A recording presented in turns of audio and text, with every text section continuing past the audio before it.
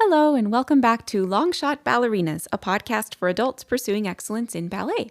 My name is Sasha, and on this week's episode, we're breaking down the process of setting goals, including what kind of goals you should choose and strategies to keep you on the right track to see real improvements in your technique. Let's get started.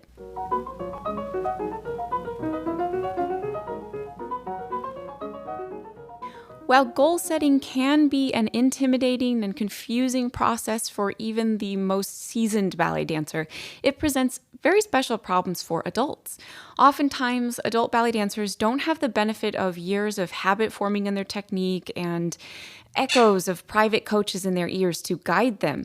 We may not be sure where to start, what to work on, in what order our goals should be prioritized, or perhaps we've been left wandering and lost, kind of wading through articles, videos online of nebulous advice for improving our ballet selves that's both impersonal and impractical at the very best. It's just so much easier to say, I give up, and continue on your merry way, acting as if everything is fine, when really, deep down, you are longing for a guiding light to show you the way to multiple clean pirouettes and the grandest of grand jetés. Well, you are in luck because I'm here to tell you that that guiding light is a gold tree. And the arborist is you. So with a little time, effort, and research, you can cultivate a multi-branched, lots of leaves tree to get you on your way to improvements. And it's not as thorny or difficult as you might think. Now enough with the plant puns. In order to get anywhere or improve anything, we must have a plan of action. And a good plan of action is based on very clear, very concise, and very well thought out set of personalized goals. While creating this plan and these goals, keep in mind a few reasons for why you should embark on this mostly arduous task in the first place. So, number one, we want to give ourselves a structure or a framework to follow. That helps us know what steps to take next and to avoid falling out of any habits we've created or when we're tired and unmotivated. It also helps us keep our eye on the prize with top-of-mind mentality. That means you're thinking about this every day, so there's never a time that you're sort of forgetting that these goals exist or forgetting there's something that you want to pursue. Number two is keeping track of improvements and plateaus, both for encouragement and to celebrate your wins, and also to know when it's time to adjust your efforts to ensure forward motion and improvement. And the third is to stay present and intentional with our ballet practice. Taking it serious makes it more serious, as silly as that sounds. But if that's what you're after, by choosing that every day and choosing to work on your goals every day, that is going to help you move forward. It's also going to frame your mindset into one of progress and help you hopefully to learn to enjoy the process of working and kind of leaning into the tough spots and the tricky things in order to enjoy the entire ride and not just look forward to the end. Now, how to choose good goals for ballet. This one, we want to bring back our why we talked about in episode 1, where it's like, why are you doing this, right? I mean, that could be as general as staying in great shape, and that's maybe too nebulous of a goal, but something like my examples I wrote down are participate possibly in your studio's next ballet performance. Maybe you are looking to go on point someday, perform a ballet variation for family or friends, or to take a video of it just for fun, or maybe you have as big a goal as I do as dancing professionally. Those are all really big and super multifaceted goals, and that's best because then you're starting with some room to work with. We can break those down and they have some pretty clear parts that we could talk about. So that being said, the next thing after you've decided what your general broad goal is to break that larger goal down into its basic parts. And the more parts your main goal has, the longer it's probably going to take to achieve. So keep that in mind.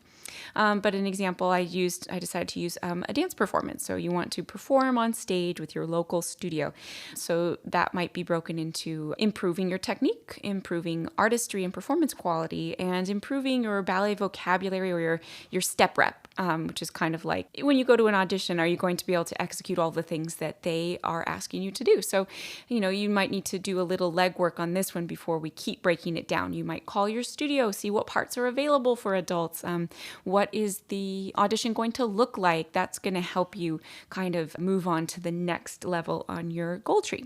So once you've done that, you just continue to break down each sub goal even further. And this is where goals kind of begin to be more personal. And so you're not just going to be able to copy your neighbors or your pals from class. It's going to take a lot more time and brainstorming on your part to make sure that your sub goals are aligning and leading you to and in the direction of your larger, more general goal. So you can consult your peers and teachers if you're stuck on this. So say you're working, on technique. They may have some resources they can point you to.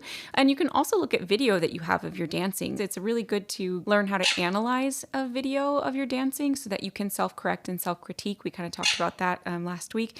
But that is a great place to start.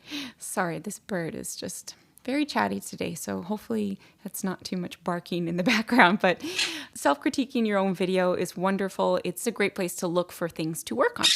So I'll continue to break down one of these goals. We'll keep going along one of these branches just to give you an idea of how this process would go. So the general broad goal is participating in your ballet studio's next ballet performance. Under that, we have improving technique, improving artistry, improving ballet vocabulary. And then I'm going to use the first one from each list that I give you. So the next step down would be improving technique. So that would be and I'm going to use kind of like myself for these examples.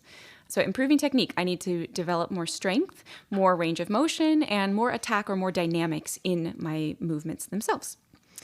Moving down the list, I'm going to need to develop more strength by identifying my weak areas first, which I know for me are my turnout, my arms, my abs, my back, and kind of underneath my foot. That seems like the whole body, doesn't it? But those are my main hindrances right now in my technique. Next level is turnout. So I have identified I have weak turnout. So what can I do?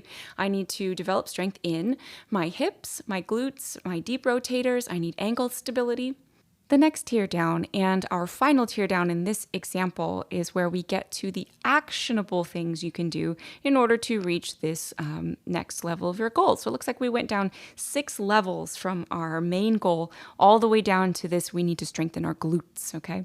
So this is the end of this particular branch, and here's where you could consult a coach or a teacher, somebody, even the internet. You're looking for gluteus maximus, minimus, and medius exercises, okay? And, hopefully they're comprehensive, and this is definitely a place where you could get help, outside help in deciding specifically what to do. But now you at least have a category to look at. You're not just like, let me go find a turnout video. You're like, okay, I know part of turnout is having strong glute muscles. What can I do to get those stronger? So utilize resources you have around you, including the internet, and do some research, kind of get as much information as you can before you make decisions. It's sort of what we talked about in the last episode. And that's going to let you kind of start to create a little grouping of exercises that would help you improve and reach the next part of your goal tree.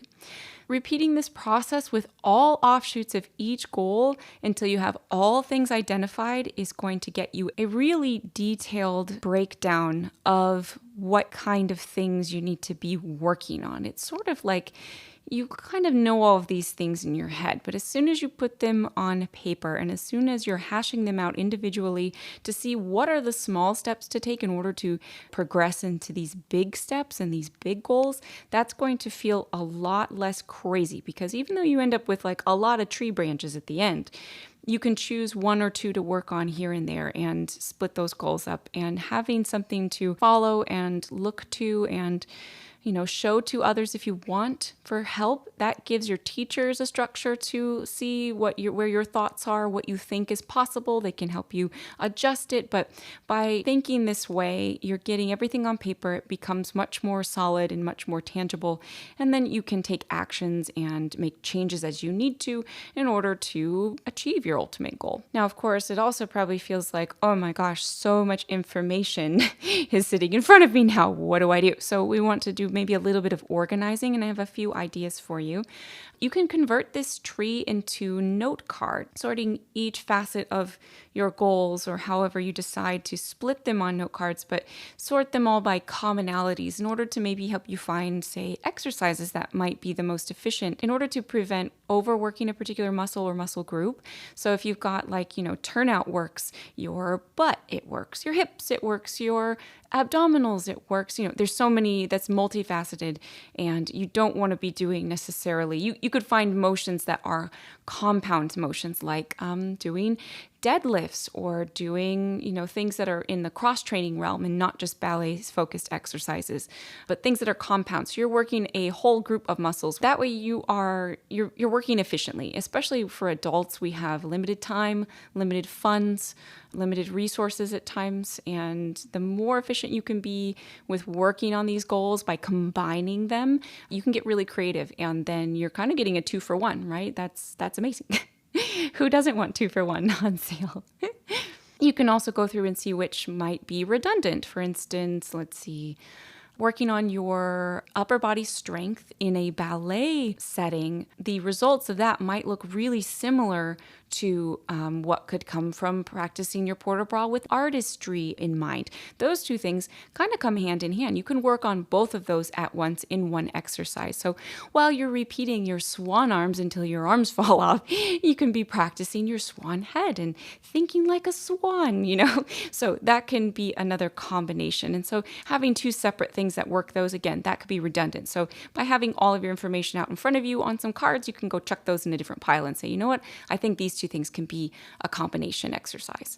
You can also identify which branches of your tree are most likely to be accomplished the quickest, which can help with motivation and momentum, kind of like a snowballing effect, that sort of idea when you're paying off debts, where you start with like the smallest amount, or you start with the one that has the largest, biggest interest rate. So if you can kind of pick one that you're like, all right, that seems pretty doable, the time makes sense, maybe start there. It can also be helpful to divide goals into categories of big, small, or long-term, short-term. A similar category that could be helpful is kind of an unsure pile. And that category is kind of what I use for things I haven't really tried yet and something I haven't done focused practice on, so I can see exactly how quickly I would improve. For instance, I am a natural jumper. It's really fun and easy and feels good for me to work on jumps. So anything that supports my lower leg, because I have a lot of muscle in my lower body, or just a lot of facility too, that's fun for me. So I know I'm going to improve on anything using my lower body quicker than with my arms. My arms are slow going.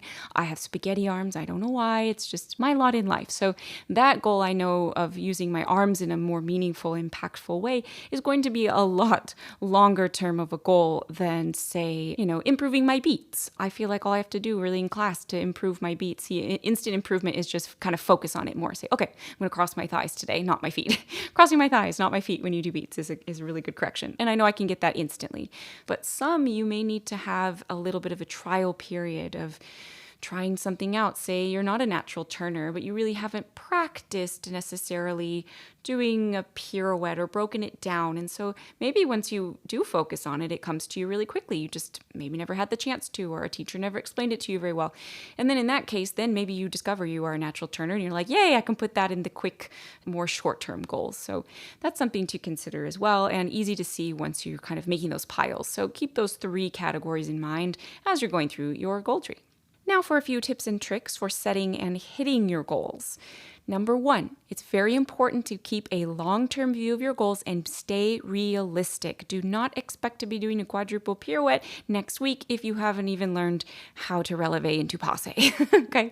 So don't be in a rush and avoid the I want it right now or tomorrow or next week, or I want to look like this by the time I'm 28. Giving yourself those types of time goals, especially when you're early on and you're coming back to ballet or just learning ballet in general, that is just going to make you frustrated, because most likely you're not going to hit those. You're going to have a very unrealistic view of what you can accomplish in a certain amount of time. And nothing in ballet really comes very quickly, because it takes a long time to create not just movement habits, but the correct strength. Sometimes you have to undo bad habits that you've gotten into. There's a lot of work that goes into it. So avoid trying to have it all by, next year or next whatever. We're trying to take out the time element in this case. So that way you're not getting frustrated and you don't want to give up because you haven't hit some arbitrary time goal that you gave yourself that just wasn't realistic. So stay present and stay consistent. That is the most important part for seeing growth, especially in something that's physical.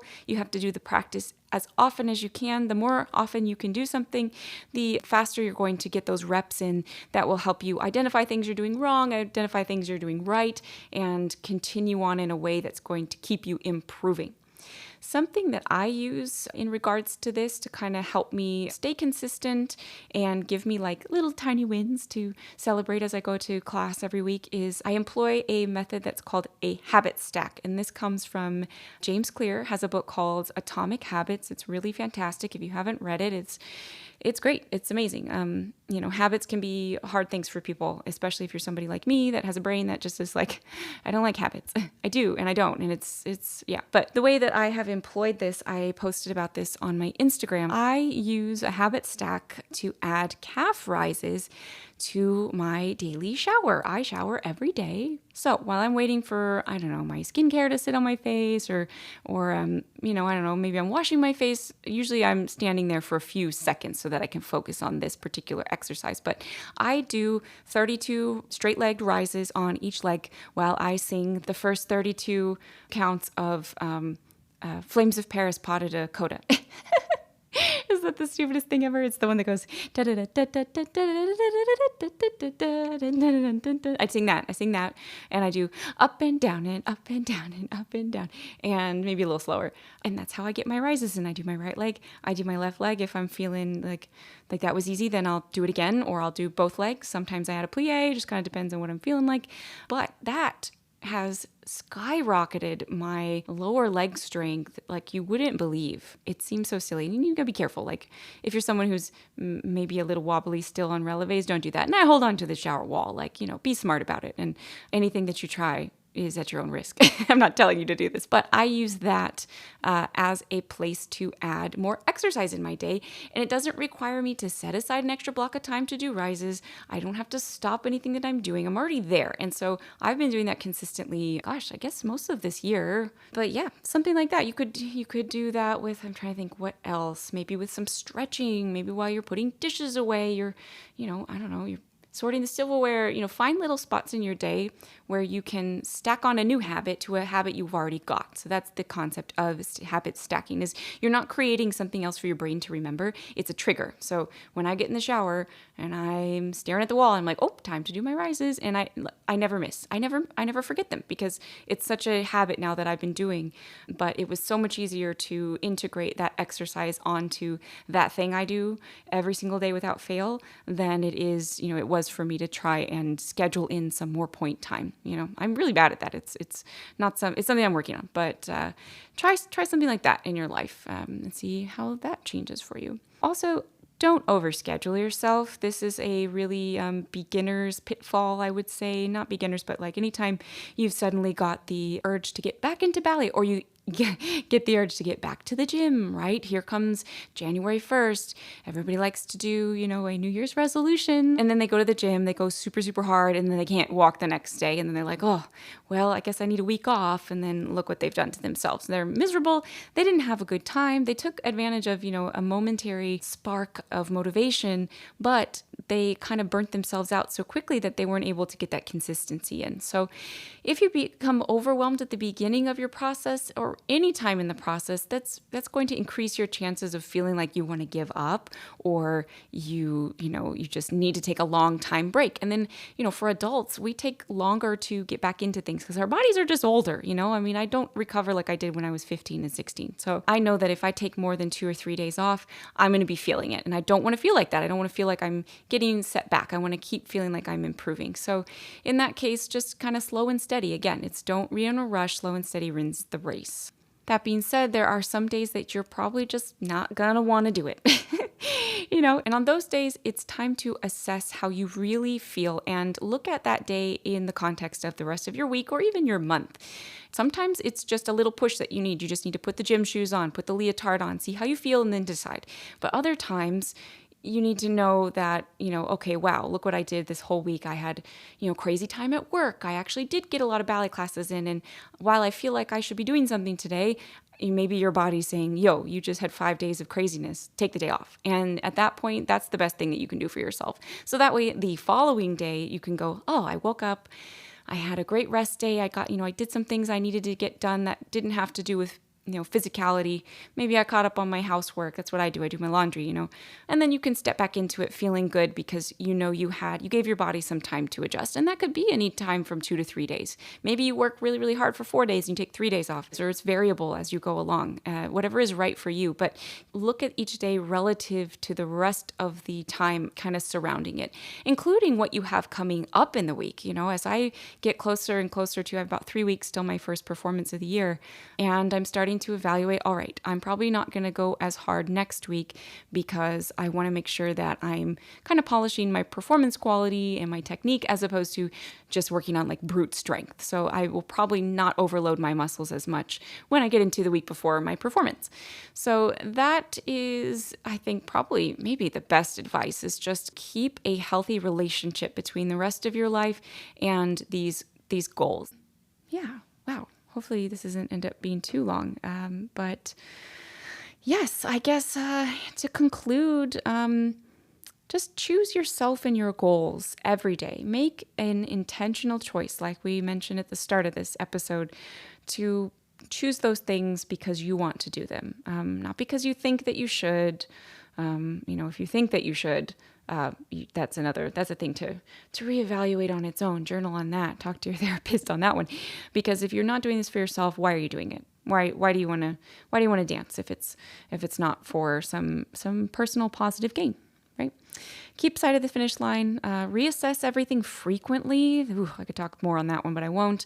You can do that monthly, daily. The more reflecting you can do, the more progress you're going to see, because again, you're going to catch your places where you can add a little bit more or take a little bit away in order to most efficiently move yourself towards your end goals.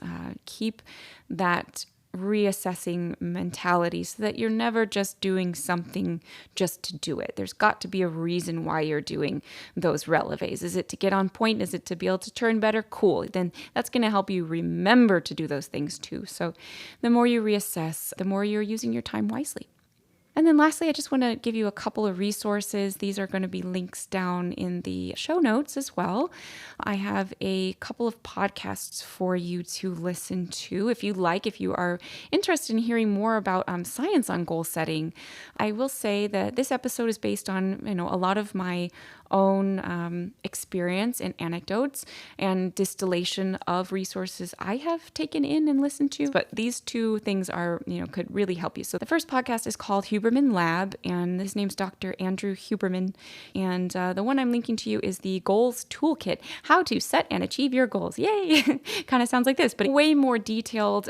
He gives a lot of good actionable protocols. That's kind of his purpose, giving free science-based tools to the masses, which I think is a wonderful, really wonderful purpose for this podcast. So I hope you check him out. And the second one of his is also really amazing. It's tools to manage dopamine and improve motivation and drive. So if you're having trouble kind of just even starting this process of goal setting, or just in general, there's a lot of amazing things in there on how to kind of it's not biohacking necessarily, but yeah, we're just a meat sack full of chemicals that tell us how to feel. So yeah, check out that one. That second link is actually a newsletter post, so that one you can read. The first one is indeed a full podcast. I think it's 2 hours. And then the third is just the link to the James Clear book, Atomic Habits. That goes straight to his website. You can, go purchase it from wherever you want, I suppose, but I'm sure he'd love it if you bought it from there. Yeah, so check out those resources for more information on goal setting and a little more detail. Thank you so much for sticking around if you're here at the end. If you would please, whatever platform you are listening to this on, subscribe, leave a rating or a review. I would love it if you left a review. I know that boosts the little algorithm monsters that are in charge of our lives these days. So I would love to have more people joining us and listening along as we work on our big goals here at Longshot Ballerinas. So have a great rest of your day or night, and I will see you next week. Bye.